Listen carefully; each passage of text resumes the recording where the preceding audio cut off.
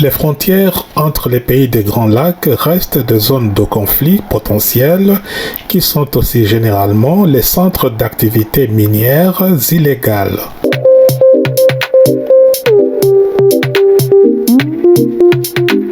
Les anglo-saxons qui protègent le Rwanda et l'Ouganda le font pour que leurs multinationales accèdent au cobalt et au coltan congolais. Voilà une violation qui signale non seulement la poursuite de l'occupation congolaise, mais aussi la pérennité délibérée de conflits dans le pays.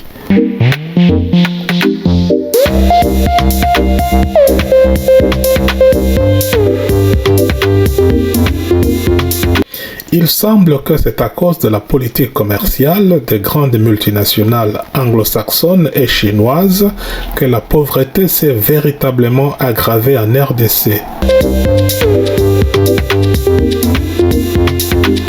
Alors que la géopolitique des tensions ethniques et des menaces de nouvelles guerres territoriales subsistent, l'intérêt actuel est de lutter contre la pauvreté en façonnant des perspectives qui s'opposent au pillage de nos ressources.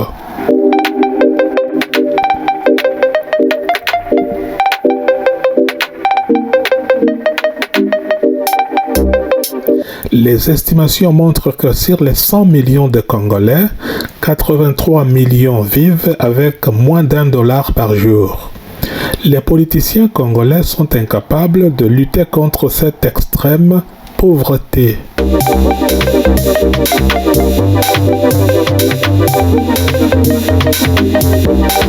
De nombreux mouvements politiques congolais sont presque tous basés sur des allégeances tribales et raciales et leurs membres n'ont ni la capacité d'imposer la croissance économique ni la volonté d'installer une véritable démocratie.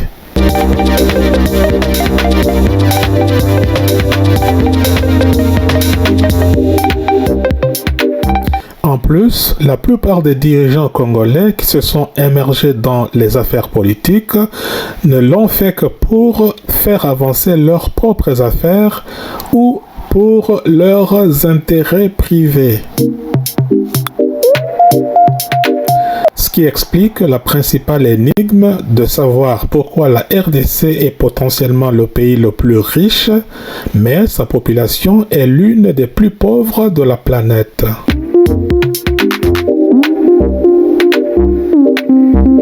Chaque année qui passe, les banques occidentales volent l'argent public que les dirigeants congolais avaient volé à leur pays. L'enrichissement illicite des dirigeants va de pair avec l'appauvrissement de la population, qui d'ailleurs s'empire d'un président à l'autre et il n'y a pas une porte de sortie.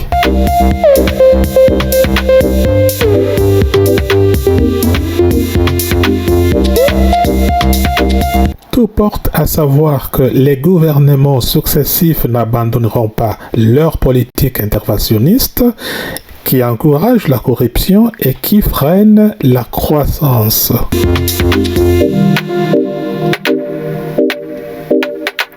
L'ultime ambition des dirigeants des partis politiques est d'obtenir des gains politiques sur leur mauvaise gestion économique.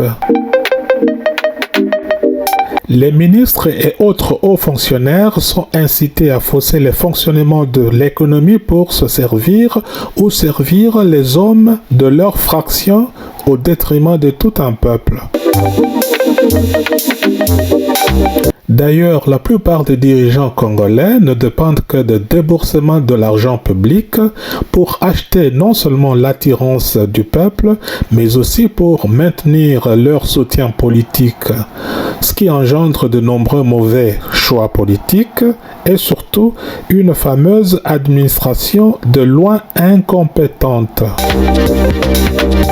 Alors, comment espérer que l'État congolais, qui est caractérisé par de mauvais choix politiques et d'une administration incompétente, puisse se libérer comme ces oiseaux de l'occupation étrangère? À chaque fois que le peuple a l'occasion de réclamer le durcissement des frontières congolaises contre le débordement stratégique des populations étrangères qui s'enrichissent illicitement au Congo, ce sont les mêmes dirigeants congolais qui les protègent.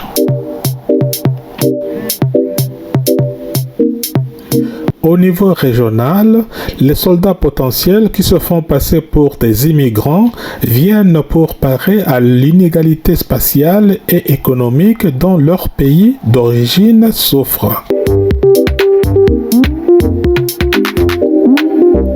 Au niveau international, il est vrai que la Chine semble obstinément puissante, mais elle serait par contre suffisamment pragmatique pour comprendre sa dépendance en matière de ressources à l'égard de la RDC.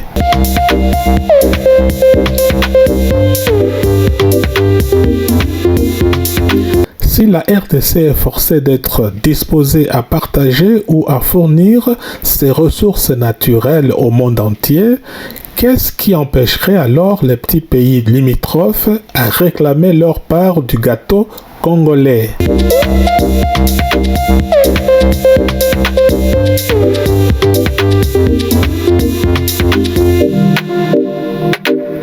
On sait que la RDC est contrainte de céder ses ressources aux pays puissants dans l'espoir d'éviter de représailles qui fomenteraient de nouvelles hostilités avec ses voisins envieux.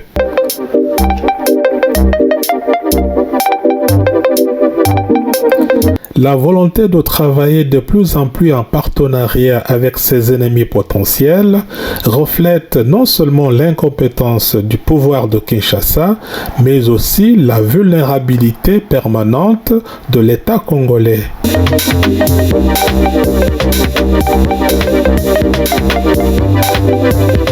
Face aux multiples problèmes tels que les problèmes de mode de vie, le problème de conflits ethniques, de la classe politique pourrie, de déséquilibres culturels, de menaces terroristes et de la criminalité frontalière, l'État congolais a le devoir de protéger les intérêts nationaux. Le président congolais doit exploiter la notion de rapport de force comme moyen de défense contre les États hégémoniques. Il faut donc qu'il forme des alliances pour contrebalancer les États rapaces connus.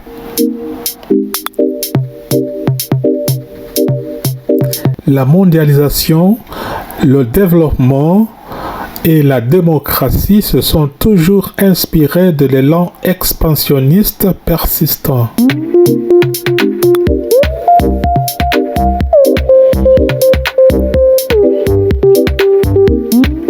La stratégie doit être de s'opposer à la prédation et de rétablir les forces armées avant de soutenir la résistance nationale.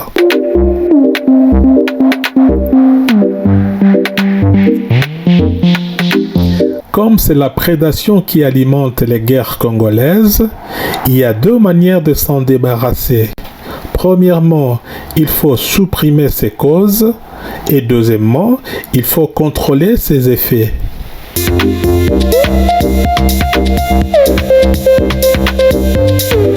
La première de ces options exigerait soit de détruire la liberté qui permet aux incursions de se développer, soit d'exiger que tous les dirigeants congolais aient la même intégrité pour défendre les intérêts nationaux, ce qui paraît pour le moment impossible.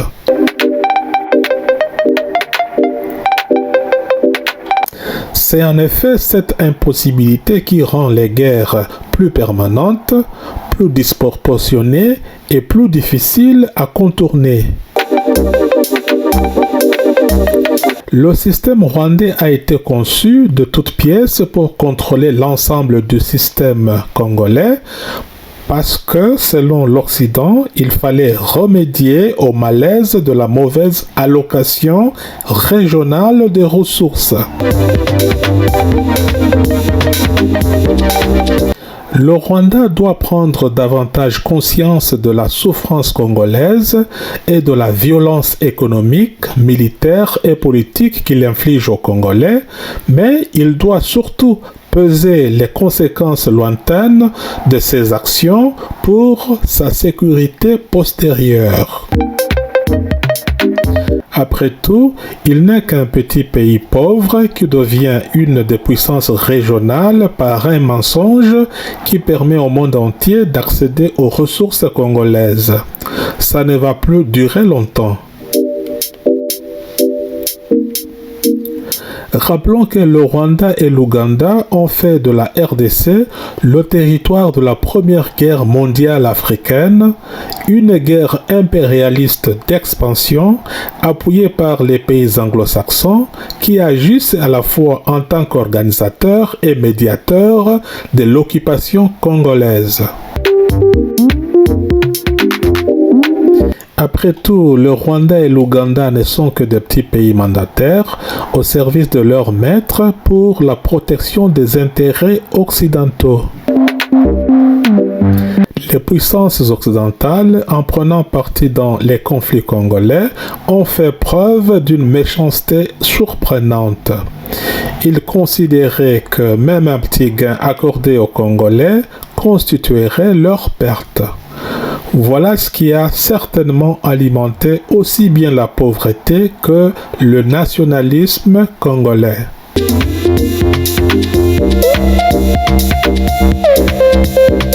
On sait que les guerres congolaises ont deux grandes causes entremêlées. Premièrement, la cause économique, qui représente les luttes concurrentielles des grandes puissances pour le marché de ressources congolaises. Deuxièmement, la cause géopolitique, qui dénote la pression idéologique au niveau régional pour les conquêtes territoriales.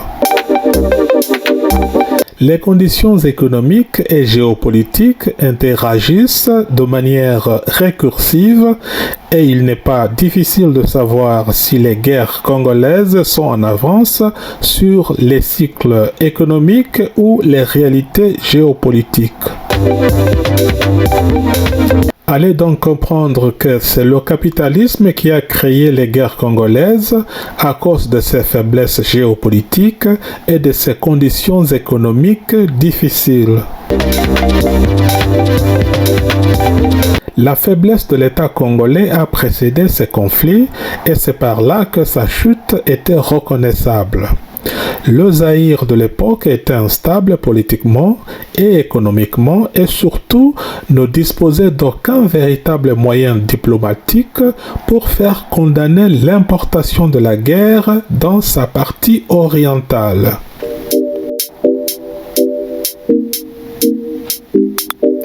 Le pays a été confronté aux graves contradictions d'une société forte mais d'un État faible.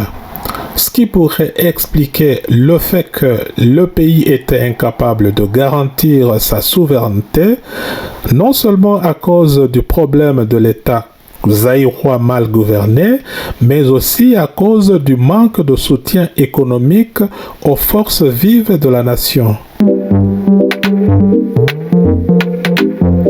Tout bon politicien de l'époque avait déjà deviné que la faiblesse du Zaïre présageait la possibilité d'un pillage de toutes sortes de ses ressources.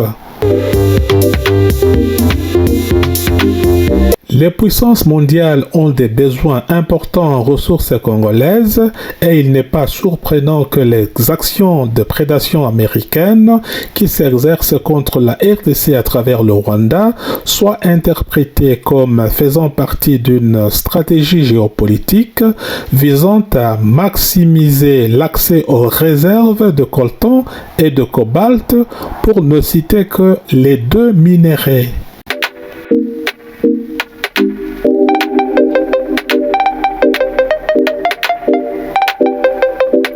La RDC semble ne pas avoir de stratégie pour véhiculer une attitude ferme de la défense de son État. Ce sont les puissances mondiales qui représentent l'axe du mal. Il est temps qu'une telle vision nationale des Occidentaux tyrans et des Chinois conquérants prévale.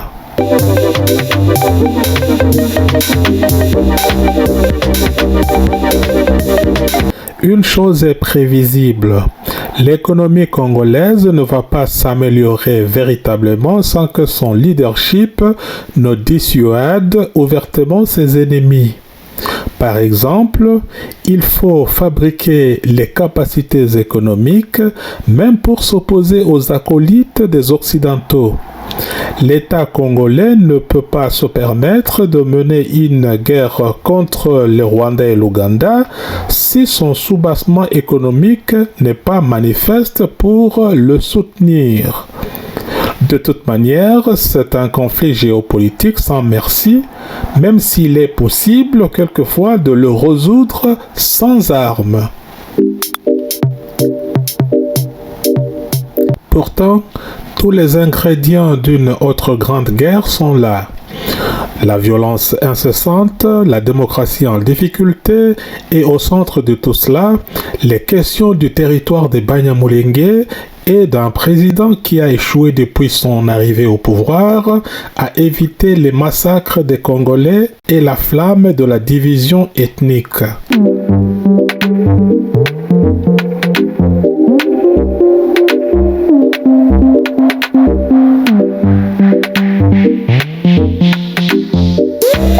Le conflit congolais nous exige plus que jamais de comprendre sa nature géographique et la haine qu'il installe entre les Congolais d'une part et les étrangers de l'autre part. Une autre guerre territoriale est déjà embryonnaire.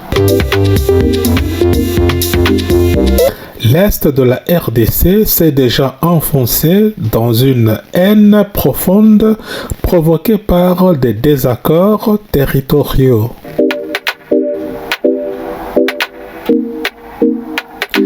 Le conflit congolais, plus que jamais, exige de comprendre la nature géographique des rébellions et des massacres des citoyens, car, à vrai dire, ce qu'on appelle le conflit congolais n'est actuellement autre chose qu'une guerre froide entre Kigali et Kinshasa sur la possession des montagnes de l'Est.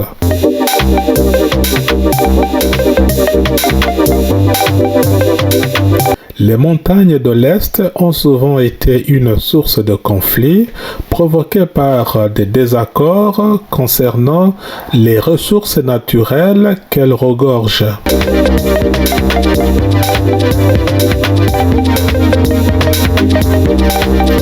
Les communautés irrédentistes qui revendiquent les montagnes du Kivu sont la cause des massacres incessants des Congolais jusqu'à ce jour.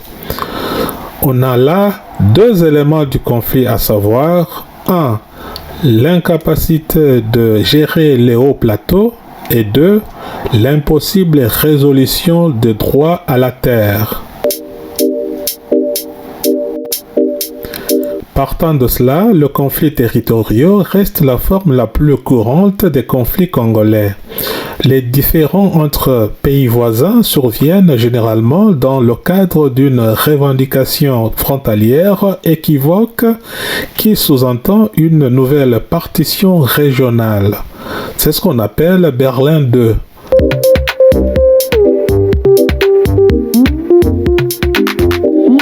Même au niveau international, 80% des guerres sont encore causées par des conflits frontaliers, causés par des revendications territoriales. Les États frontaliers sont des super-organismes prêts à envahir l'espace d'autrui et même se venger pour son soi-disant territoire atrophié. Cette vision géopolitique est centrée sur la manière de préserver l'intérêt national dans un environnement trop concurrentiel composé d'autres États rapaces qui veulent porter leur influence au-delà de leurs ponts. L'aide rwandaise mal dissimulée aux Tutsis congolais pourrait au final créer un pont de relais entre un quelconque territoire congolais avec Kigali, c'est-à-dire un deuxième État rwandais dans l'État congolais. Rappelons ici que faire la guerre et créer un État supplémentaire a été toujours géopolitiquement lié.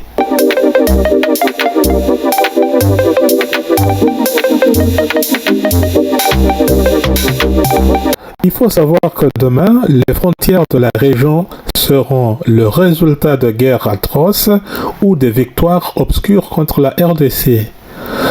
Ne vous étonnez pas que l'essentiel du territoire de l'ancien Kivu soit un jour le butin de guerre ou le don de traités politiques avec le Rwanda. L'expérience congolaise montre que les conquêtes militaires transfrontalières n'ont pas encore pris fin. Les États n'ont cessé de se faire la guerre à cause de territoires disputés. Le Kivu en est un exemple éloquent. Demain, la défense doit se faire en contrôlant les infiltrations et les dirigeants marionnettes.